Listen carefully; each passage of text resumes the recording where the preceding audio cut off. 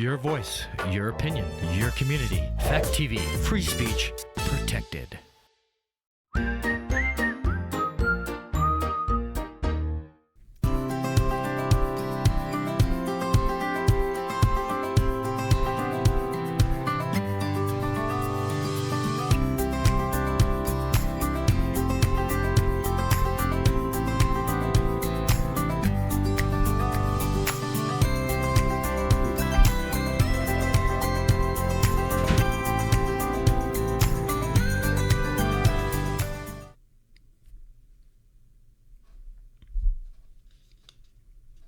Hello, welcome to The Long Road. If you're expecting me to be really kind of vocal, maybe agitated today, I'm not going to do it. I figured I would just be a little calm. There's a lot of stuff going on in the world and everything. I'll just let that slide for maybe a week. But I'll just tell you a few things. For example, Fact TV is an extremely important part of this community. It has done a lot of things.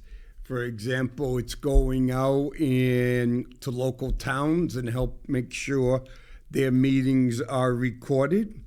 Fact TV is funded by Spectrum TV.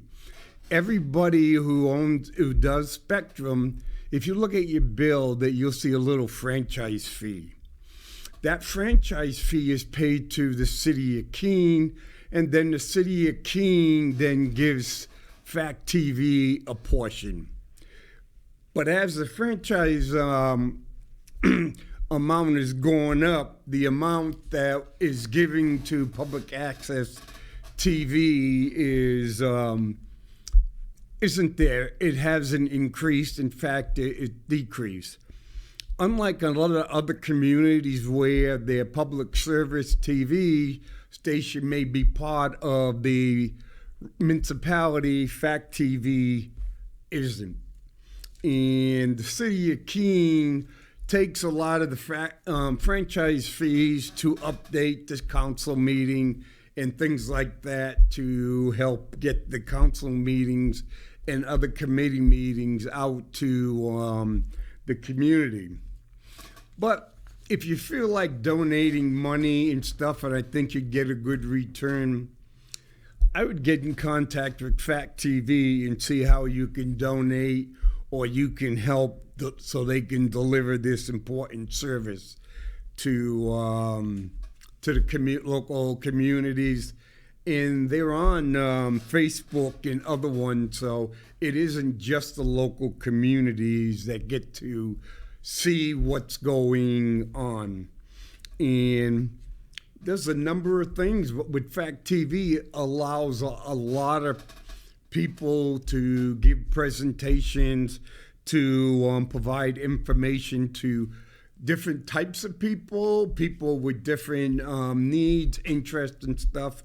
And basically, that's what they do.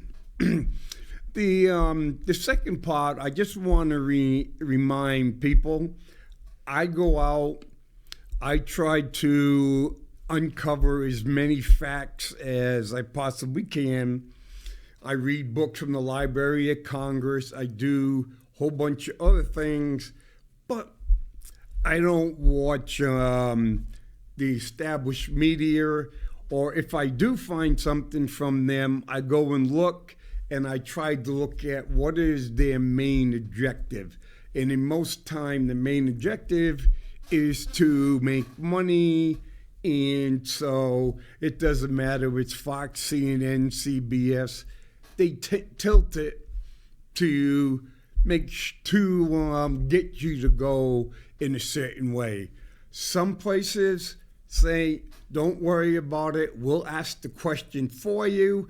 And not only that, we'll answer the question so you can just sit there and be spoon-fed and don't ask any questions, because if you ask the wrong question, you may be Islamophobic, you may be homophobic, transphobic, a Seminite, no, I can't pronounce it, but anti-Jewish and stuff. So we have a lot of things that really restrict what we can say. You're afraid to ask anybody a question because you're afraid you're going to hurt someone's feelings.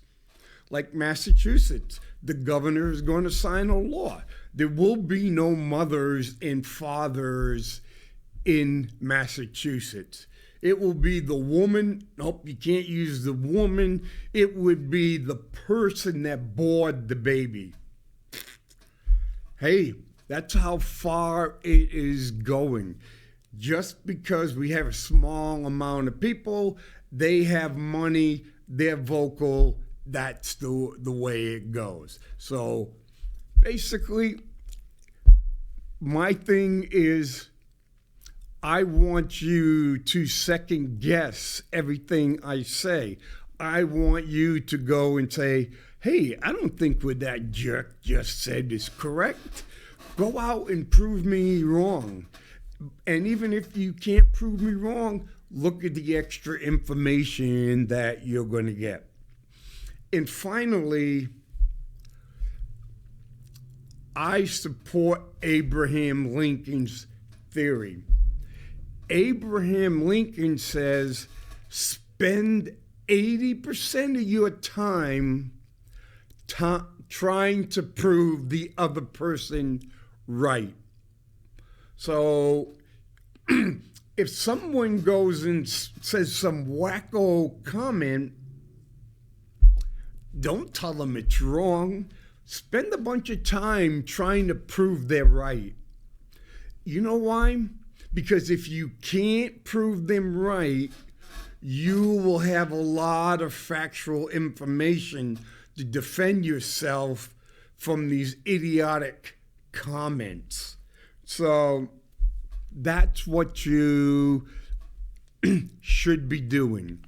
You need to be educating yourself because you didn't get educated in high school and you didn't get educated in college. You were swayed to look at the world in certain manner. Hey, the world is like a kaleidoscope. The world is like a prism. It reflects something different based on where you look at it. Hey, I can look at a prism here and say the light is green. You can look at the prism there and say the light is blue.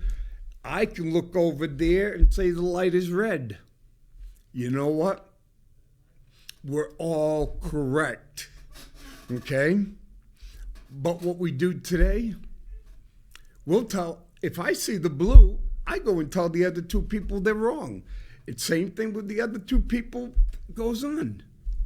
But you know, sometimes we're all correct because it's based on the time and place where we're looking at something.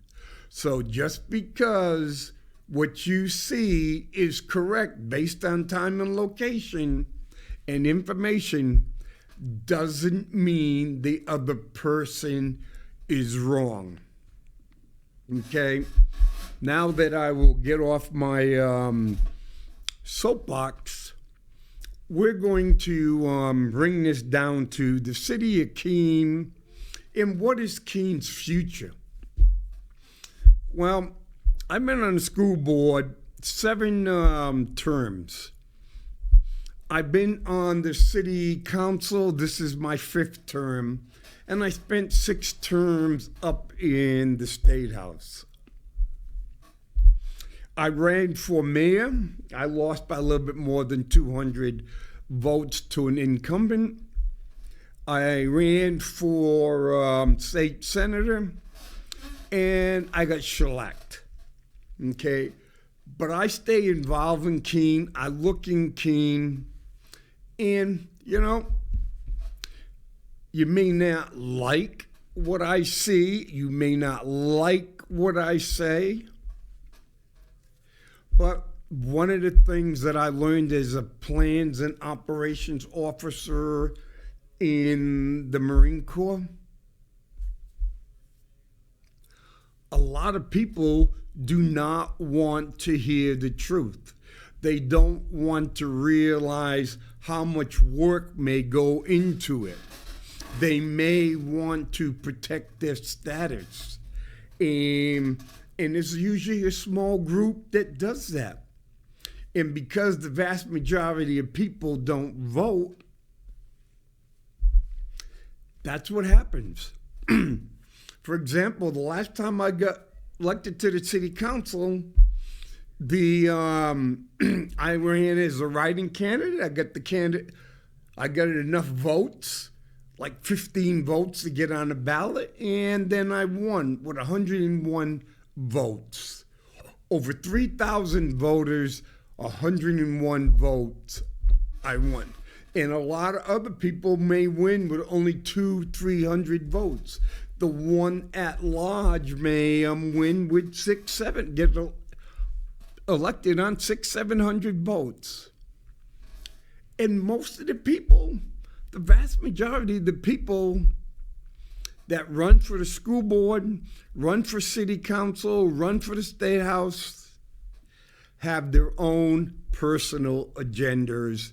And what they do is they get together with those groups and get just enough people so they can get elected. And when that happens, the other 98% of the people really get screwed over. Okay? And now, what is some of the stuff that I'm going to be saying comes out, a research project that was given to the city manager and the city council. Some of it will be based on my personal experience, whether either I was in politics or not, just watching the part around Keene. Okay, there's 9,130 occupied housing units in Keene. 4,200 of them are rentals. So basically what you're saying is 4,900 houses in Keene are owned by people, mortgaged by people, but 4,200 houses in Keene are rentals. Okay? When you look at the 4,200 houses in Keene, almost 1,500 of those 4,200 are owned by landlords that do not live in Keene. Why is that? Look at it. So Keene State College, one of the things that happened was Keene State College decided it was going to lower its academic standards, and they were going to increase their enrollment. Well, when that was happening, there was a number of people on the city council who were property owners, and they bought up a lot of property. They bought up property from people that worked at Kingsbury, who retired from Kingsbury, the different other ones. And they bought them up from them for the people go, wow, this is really good. I made a good profit. I paid $14,000 for my house. I sell it for $100,000. But the problem was the people were looking at their profit. When they got that money, one, they didn't earn enough money to buy another house. When I bought my house in Keene, across the street was an elderly couple. Someone came in, bought that house. Well, first they went to the elderly couple, we're increasing your rent to $2,100. $2,100 a month. They didn't evict them, the people self-evict. individual was on South Street, was working for FedEx. His again was increased to like $2,200 a month. Wasn't evicted. It was self-eviction. Okay. So while this was going on, as Keene State College, they built some dorms, they built the dining facility, but they had to bond it. And the only way they could pay for this was to increase the student body. First, all freshmen had to stay on campus. All sophomores had to stay on campus. So that meant the rooms were filled and the dining facility was making sure they were feeding the kids. Oh, all well and good. And then it finally got to a point that a little bit more than 50% of the people that were going to Keene State College was living out in town. And that 2,500 kids that were living out town basically replaced 2,500 people who were living in households in Keene. Yes, some of them found other areas, but really we went to 2,500. And if you look, there was a number of people on the city council that were doing very well in the multi-unit rental. Okay? Then when the kids got rowdy and everything, and they tried to pass a noise ordinance and stuff like that, never made it out of the council, because to me, I would find that a conflict of interest, but no, the council would not find that conflict of interest.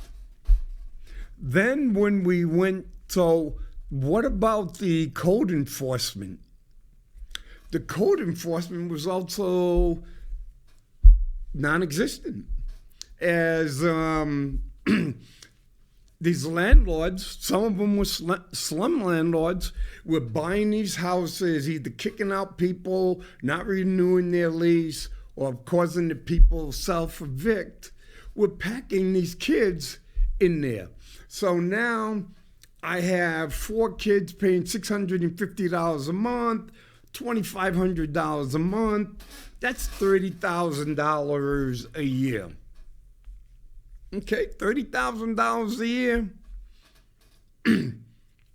That money so if more than 33% were owned by non-local landlords, they were collecting that $30,000 a year and bringing that money outside of Keene. So 1,500 units, and saying you get 15,000, and you're getting $20,000 a year off that, you're looking at a lot of money, about $3 million a year that wasn't being turned over in Keene. You know, that money, do I hire someone to fix this? Or no, they hardly fixed anything. And I know they were houses that were totally unsafe, and they were just one little spark could have set those houses on fire. And just coincidentally, and so, for example, one year there was no houses built in Keene. Another year there was only 8 houses built in Keene. Oh, how did Keene get the housing problem? Well, give you an example. According to this report,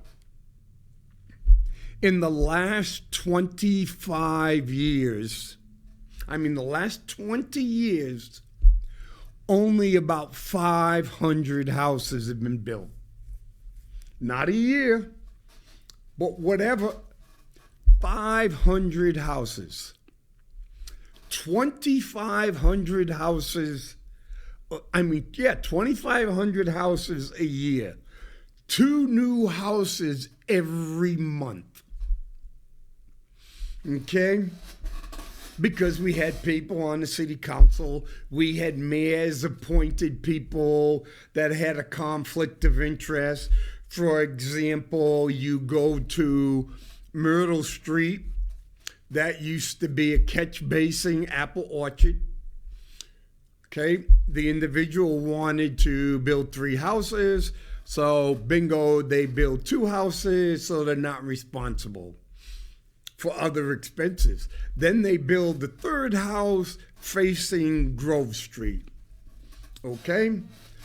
Now the individual, he filled the house, the floodplain up, slanted it, and he was not responsible to paying money to the city to make sure the storm water wouldn't damage other people's property. Well, I can tell you, because I live right next to it, on heavy rains, the water washes right off and goes right into other people's property, creating a lake. So, what does the city do? So when the city is replacing and fixing, upgrading Grove Street, they go up to Myrtle Street and they fix the problem. That problem should have never existed. The Keene taxpayers should never have had to pay for that. The individual who built the 3 houses should have been responsible for that. But what that individual did, created 3 houses for college students to live in there. And bingo, he played the system. The people knew him, and they did that. For example, when I was on the city council, individual comes up and he says, I want to do this, and if I do this, I want the city to absolve me from this. And I go, wait a minute, there's a lot of water down there, and I can tell you, I can soil stabilize anything.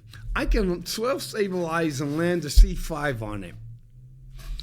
But when the C5 lands on it, it's going to push it down, and it's going to cause all that water underneath to go someplace else. And you know what a city member, employee told me? We already have that problem with it flooding into other people's houses. You know what? If I wouldn't have mentioned it, the individual would have got approval.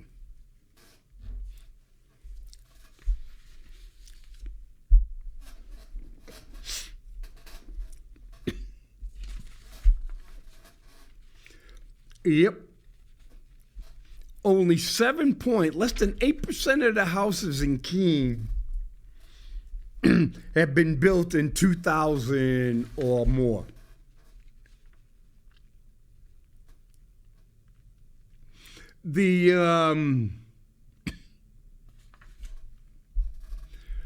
Let's see. Keene approved 7 or 9 houses. They were called working class housing. Okay? Well, it's up by Market Basket, and I think each one of those houses are going like $474,000 each. Then they approved some more workforce housing up at Wickham Road. No one who works with workforce housing can afford to live there. And right now, this report was done, and it was based on prices prior to the pandemic. Prior to the pandemic, the median house value in Keene was $216, and the median house value in the state of New Hampshire is $320. Right now, the median house in Keene is 330,000, and the state of New Hampshire is 450,000. And I want you to remember those numbers because those numbers are going to have a big impact on you.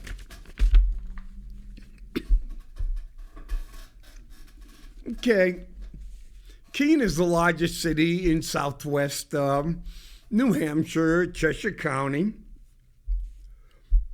But the Keene represents 30% of Cheshire County, but over the past 2 decades, those levels were stagnant. While the state population has grown more than 11% from 2000 to 2020, Keene has had a 2% increase. The city has a higher than average percentage of seniors despite of its high concentration. And the city has a slightly higher than average share of households with seniors 65 and older. That's a full 3 out of 5, over 60% of the seniors live alone, well above the New Hampshire of 41. Income levels in Keene are well below the state average. The modest income for Keene residents is about 77% of the statewide average. This may be due to high number of students, but limited means are also reflected in the city's high level of poverty. 12%, so 1 out of every 10 people you see in Keene is below the poverty level, where the state is 7%. Keene lags in employment growth. Total employment in the city has started decreasing prior to the pandemic. While economic contraction did come in 2020, Keene was hit harder than the state as a whole. And by the end of the pandemic, the number of jobs in Keene were still below what they were 5 years earlier. You know, top 3 jobs in Keene? Think of it. Retail salesperson. You want to go to Verizon, you want to go to Kohl's, you know, retail salespersons. Maurice. Number 2, fast food and counter workers. Hey, Chipotle, Wendy's, Burger King, McDonald's. They're the number 2 employers in Keene. And finally, the third biggest employment in Keene is a cashier. You can be a Walmart cashier, you can be a McDonald's cashier. You know, you can just sit there, you know, pick the 5 guys and just be a cashier. A cashier at Hannaford's, Hobby Lobby. So the 3 biggest employments in Keene: retail salespeople, fast food and counter workers, and cashiers.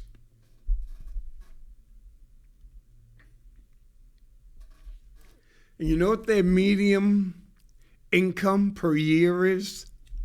It's under $30,000. Over $8,000 lower than the national median income. This is from the Census Bureau.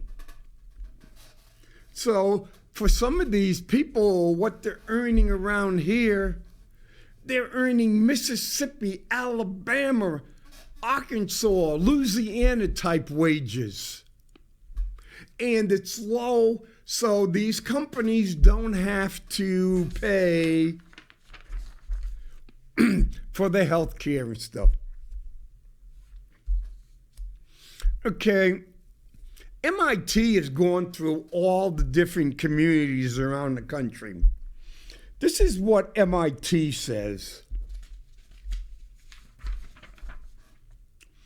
to live in Keene, one adult in Keene, you're going to need about $4,500 for food a year. Your health care is going to be about $5,600, but just say you scratch that out and you get Medicaid. Your housing is about $14,000 a year. Transportation is $10,000. You got internet and telephone is about $17,000. Others about $14,000. Required annual income after taxes. So you need about $42,000. But we take transportation out. We take medical out for these people that work at these 3 top jobs. So we take that out, and that means they need about $32,000 a year to live comfortable in Keene. That means they have a place to live and they don't have to worry about being thrown out. They don't have to be cold. They're going to be able to eat. One person, $32,000, am I, throwing out a lot of the transportation costs and throwing out the medical. They threw in, MIT goes in and throws $6,000 for federal tax, Social Security, Medicaid, Medicare. But, for a single person, you're not getting earned income tax credit or whatever. If you have 2 children, you're going to need, in Keene, throwing out some of the stuff, you're going to need $80,000 for one adult, 2 kids. You're going to need about $80,000 to feel comfortable and not living on your credit cards and things like that, or not worrying about what's going to come up. So if I go 2 adults, 3, with 2 adults working, with 2 kids, they can get by with about $80,000 too. But, if they're both working at McDonald's or both working at Walmart, they can get at least 60. But then if one of them works another part-time job, they may be able to get up to the $80,000, and they better hope their kids, they don't have both kids in daycare. Hopefully they're in the preschool or they're early in school.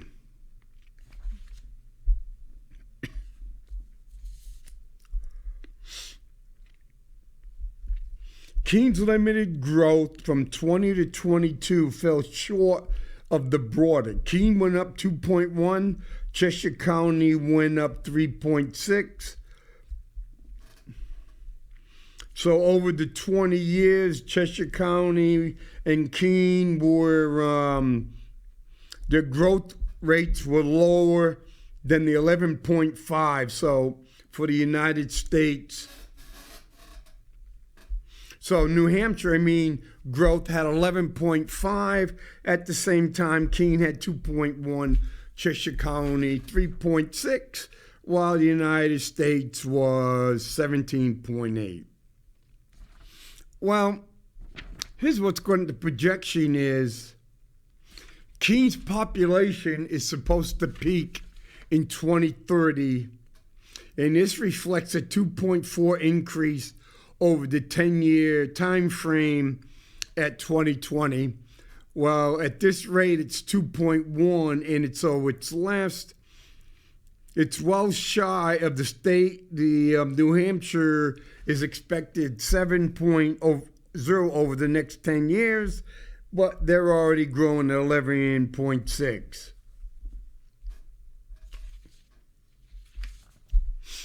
So you can say, well, housing, that you don't really not going to need housing and everything, but the price of the housing, the type of housing is going to change.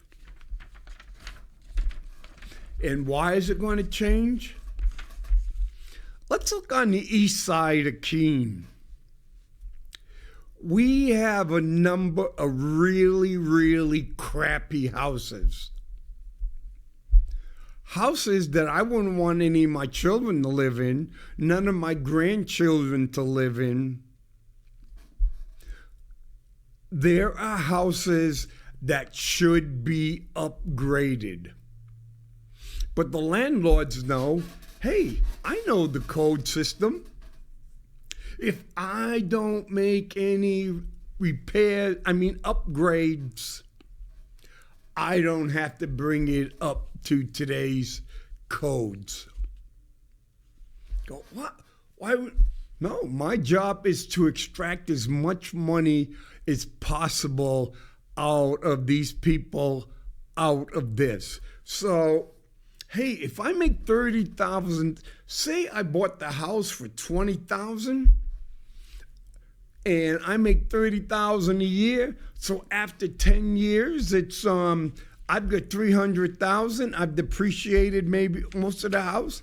Then I'll sell it to some other sucker that will go in and buy the house and try to absorb as much possible money out of it. And they'll do it until it collapses, or it'll cause a fire, or it'll be deemed unsafe.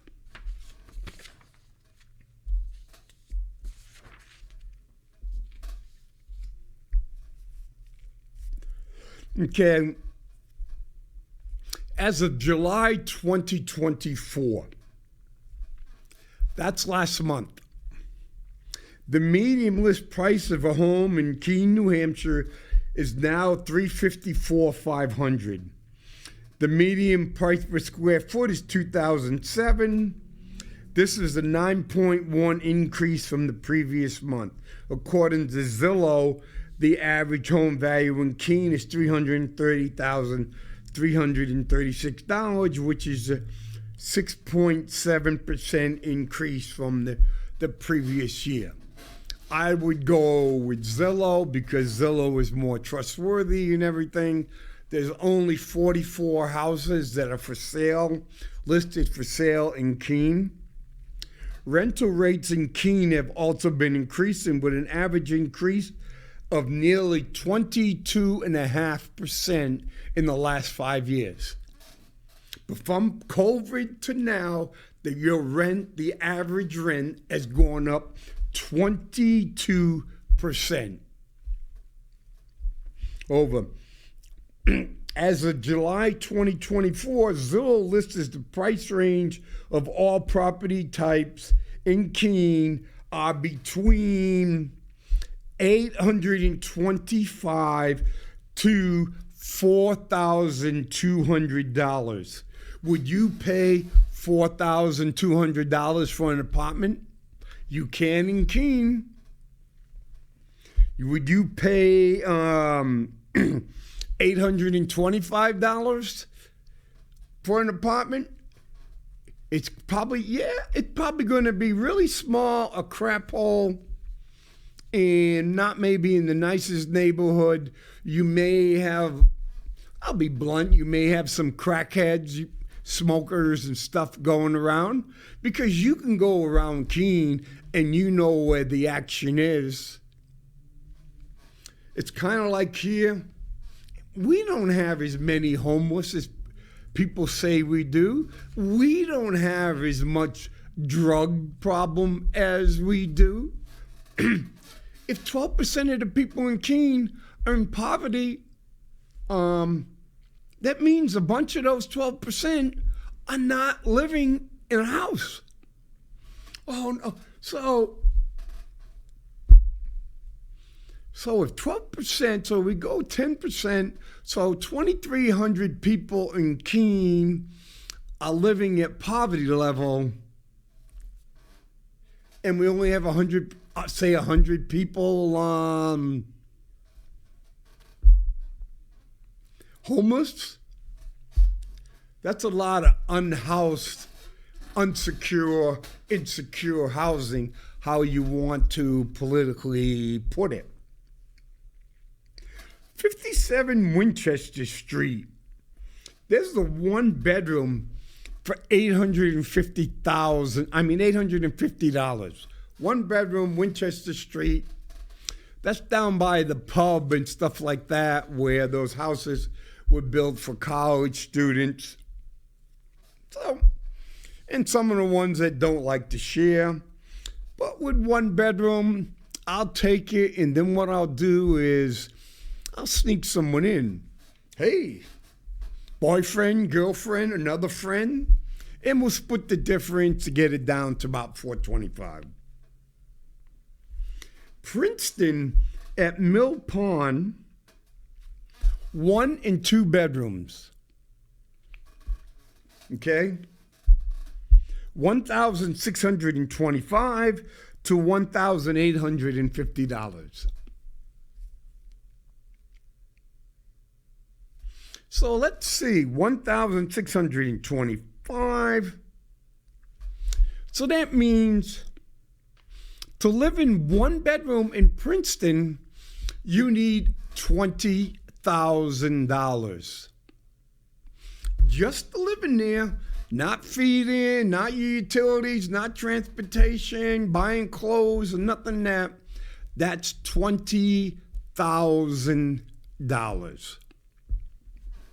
If you're working at one of the big 3 industries in Keene, the only way you can afford to live in Princeton and know your stuff is going to be safe is you have to do it with 2 people.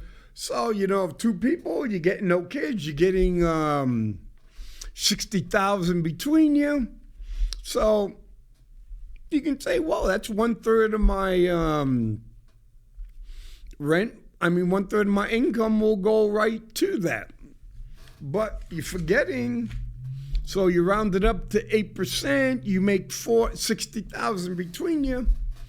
You got $4,500 of that goes right off the top just to Social Security and Medicaid. Well, bingo.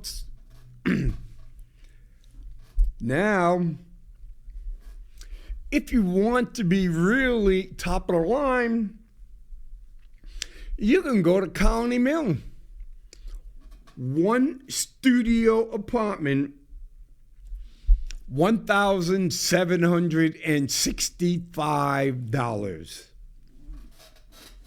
If you want a 3-bedroom, you can get one for $3,225 for a 3-bedroom. So even if 3 people live there, you're still paying $1,100 each, and they're not very big. We had a guy who came to one of the meetings when I was on a county delegate and everything and stuff. He says, you know what we got to do? He's looking around. I got to make sure we stop buying property in Keene. And we asked him why. He goes from Springfield, Amherst, Mass, up to Hanover. Keene is the only undeveloped thing. If I buy property in Keene and I make apartments, hey, they can go down to Amherst, right, Springfield, right down the highway, right down 91. Same way up to Hanover. Small drive, 45 minutes, an hour, but the prices here would be so much cheaper that way. And then I can fill these places with people that don't live in Keene. Again, when you go into some of the behind the old middle school, you go there and you look at the license plates, and then again you will see they don't work in Keene, they don't spend their money in Keene, but they live in Keene. They become commuters and they're saving money by living in Keene. Hey, there's people in Keene that commute to Boston. You know, there's apartments that go in Boston for $6,000 a month, and they're run down, raggedy apartments.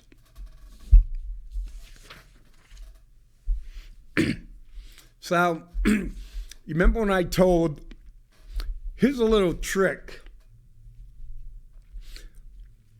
Post-COVID, well, let's go to pre-COVID.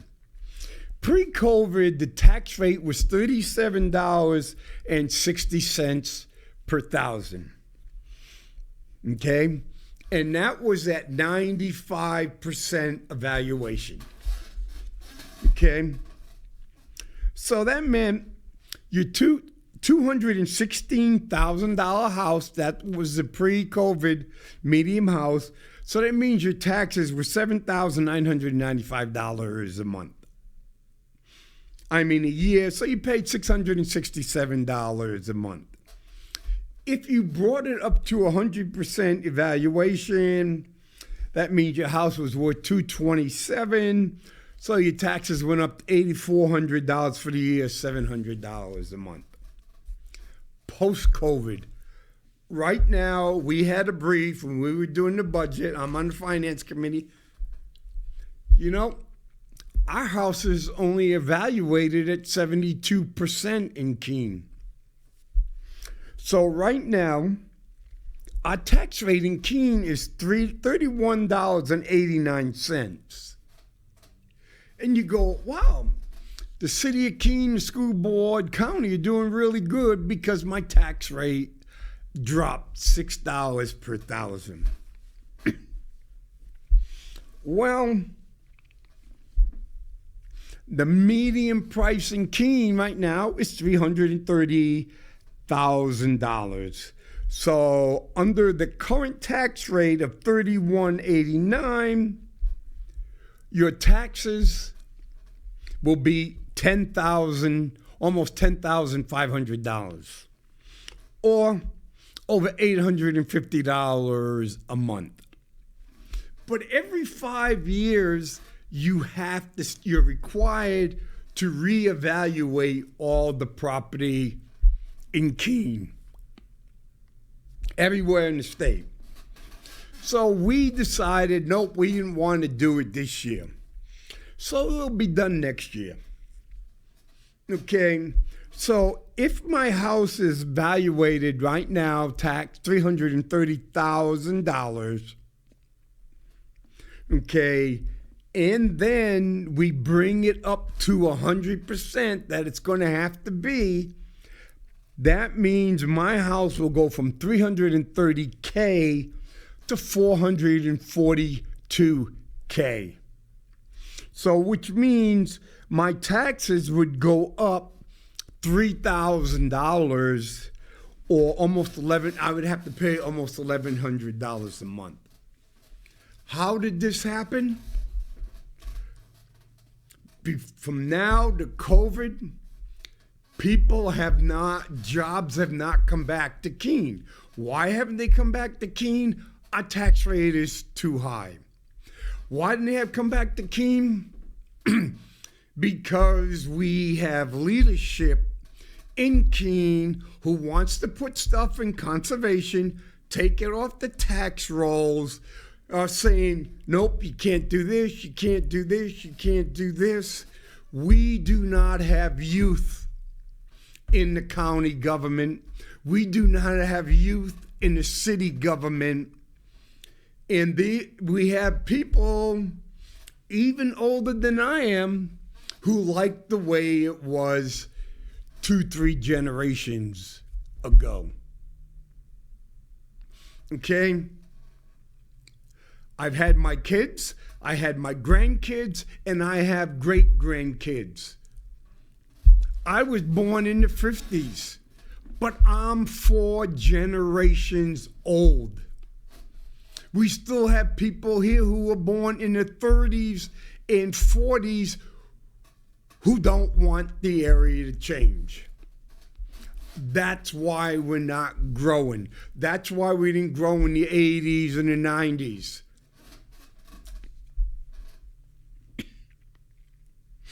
Okay?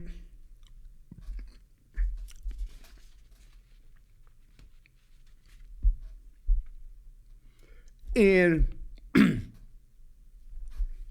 okay, even if Keene doesn't grow, Okay? Even if Keene stays the same, people come from out of town, buy Keene's houses, and hey, this is a vacation home, or hey, it's a place I can rent out, make an Airbnb, because we've got an awful lot of home motels for Keene, and it's like, how do we attract all the people? Because we're on the way people can come. It's cheaper to stay here. Hey, we can come to Keene. More and more people coming into Hartford Airport. You can come there and go, oh yeah, I'm going to take a couple of day visits down to New York. It's only 4 hours. I can take a day visit to Boston. It's only 2 hours. So unless it changes, we're going to be in a used and abused area that won't do much for the citizens of Keene, but it will allow people to come in, buy a property, extract wealth from Keene. While we have no jobs for people in Keene, kids are not going to stay in Keene. So now let's think. My house is $216,000 5 years ago. Okay? And I was 65 5 years ago. Me and my wife were both 65. And so our taxes was $8,000. Okay? If I was, say me and my wife were medium workers. And a medium worker basically is $66,000 a year. But a lot of our workers in Keene, working at Kingsbury at $8-9 an hour, different other places, would fall in the low category. So that means they would make $15,000 to $20,000 a year. So, hey, say me and my wife, we did that, we're here, we're making $40,000 a year. Not too bad. Okay, now,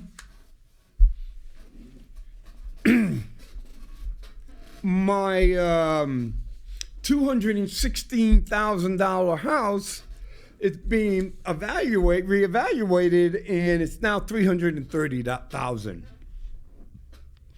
So I have to pay $2,500 a year extra in property tax. That means 1 month of both of our checks we can no longer use for the quality of life issues. Okay? Because heaven forbid we get sick. Heaven forbid we're not paying $300-400 a month for a Medicare supplement. Now if my house gets reevaluated next year, now I'll be paying over $13,000. That means between when I retired in 2019 and 2025 tax thing, I have to pay $5,000 more. And what did my Social Security do? Not much. Because these numbers are 2024 numbers. What has inflation done? Inflation is, over the last 5 years, it's been about 20+%. Inflation means prices go up. When we're talking about inflation slowing down, that means the rate of increase slows. It doesn't mean prices go back.